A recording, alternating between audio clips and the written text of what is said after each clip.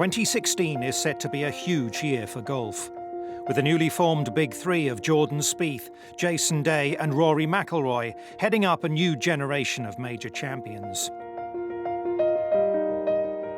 In the post-Tiger Woods era, these three young players could well be the focal point for the game over the next few years. Everybody had this desire for the game to be replenished. We just weren't quite sure when it was going to happen. So it took a couple of different things to happen. Obviously, Tiger Woods' injury to be ineffective. We've already seen with Mickelson going to Butch Harmon. Once the landscape changed, it was just a case of who was going to put their hand up, who had the game, and who wanted to go through that door. And it was Jordan Spieth. There's been no one, really, even Rory. I mean, no offense to anybody in the UK, but even Rory didn't create that huge amount of buzz that fast. So, I mean, the fact that we could have actually had a Grand Slam, I mean, it was legitimately had a Grand Slam, I think was just so exciting to everybody. There's no question, if Rory didn't get injured, I think it would have made Jordan's job that much harder. And especially at the time when Rory got injured, because it looked like going into the Open Championship, he was going to be the favourite at St Andrews. And Jordan had already won 2 majors, but it could have reversed or changed the second half of the year. But in some respects, it's good for golf, because now it gives Rory something to look at. Spieth has won already this year, a dominant victory at the Tournament of Champions in Hawaii. But can he reproduce his record-breaking form in the majors and the FedEx Cup in 2016? I'm not expecting a ton from Jordan. I just think it's difficult to come off a world-beating year of not only 2 majors, but a very spirited bid for the Grand Slam. I mean, his performance in the majors outside of Tiger in 2000 was just unmatched. It was brilliant. It's just hard to follow up on that. I mean, Tiger after 2002, maybe in 05, he had another run similar to that, but they're very, very rare. Nicklaus, you know, when he got there with the Masters and US Open in 72, chances like that don't come around very often. And I think that's going to be asking too much, and I think Jordan naturally is going to be asking a lot of himself. 2015 was tinged with frustration for McIlroy, the ankle injury halting a good run of form, but he did finish the season by winning both the DP World Tour Championship and the race to Dubai. I think he is the #1 question and key to what is going to happen in 2016, is all focused on Rory McIlroy. We'll see a little when he gets to Florida. I mean, obviously he can do something in the desert, but we'll see what happens in Florida. And then all of a sudden we're at the Masters. And I mean, I don't think there's any major that Rory would dearly want to win more than win Augusta.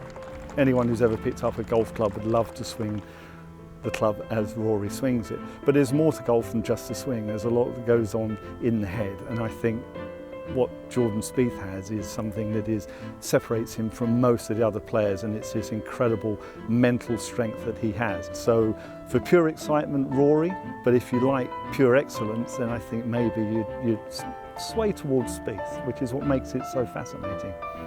You know, I think Rory responds so well to a challenge that I'm really excited to see what he's got with all the talk and the performance of these people rising up to challenge him and then pass him. And I think he'll have an answer for him. 2015 proved pivotal for Jason Day, as he claimed his first major title with victory at the PGA Championship at Whistling Straits. That was one of 5 wins in a season which saw him rise to the top of the world rankings for the first time. Jason Day is the one that reminds me of Tiger the most, just by his frightening devotion to being the best he can possibly be. When I look at Jason, I just see someone who is so singularly determined to get the absolute most out of his game. His work is, as I said, it's frightening how much he works at it. For Jason Day, it clicked. I think he realised how much people liked him when he had that problem with his vertigo, and there was a sense that we saw somebody really battling something. It was so odd. It was so extreme to see what he was going through and yet still fighting it.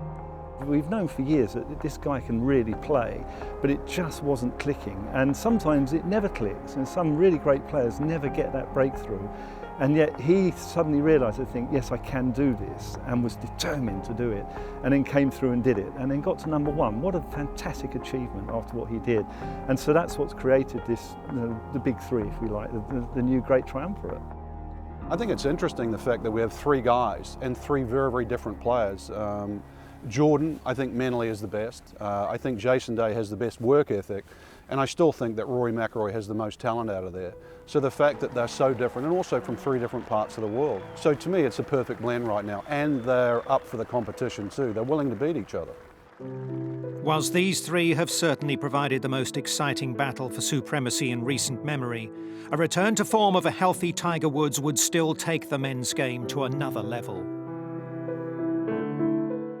I still haven't seen anyone play better than Tiger Woods, so because of that there's always hope. I think what Jason Day, Rory and Jordan Spieth have done, they've shown us what golf's like when it's played at the highest level, what we saw from Tiger Woods.